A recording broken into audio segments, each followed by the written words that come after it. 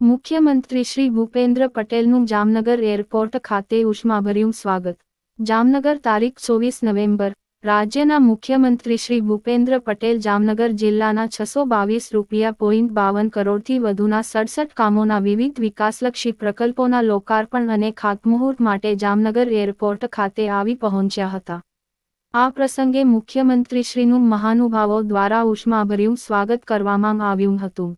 Airport ખાતે મુખ્યમંત્રી શ્રી ભૂપેન્દ્ર પટેલના સ્વાગતમાં કેબિનેટ મંત્રી શ્રી અને પ્રભારી મંત્રી શ્રી અર્જુનભાઈ મોઢવાડિયા, મેયર શ્રી વિનોદભાઈ ખીમસુરિયા, રાજ્ય કક્ષાના મંત્રી શ્રીમતી રીવાબા જાડેજા, સાંસદ શ્રી પૂનમબેન માડમ, જિલ્લા પંચાયતના પ્રમુખ શ્રીમતી મેયબેન ગરસર, ધારાસભ્યો શ્રી દિવેશભાઈ અકબરી અને શ્રી મેઘજીભાઈ ચાવડા, અગ્રણી શ્રી બીનાબેન કોઠારી, જામનગર જિલ્લા collector Shri Ketan Thakkar, municipal commissioner Shri D N. Modi, જિલ્લા પોલીસ વડા શ્રી ડો.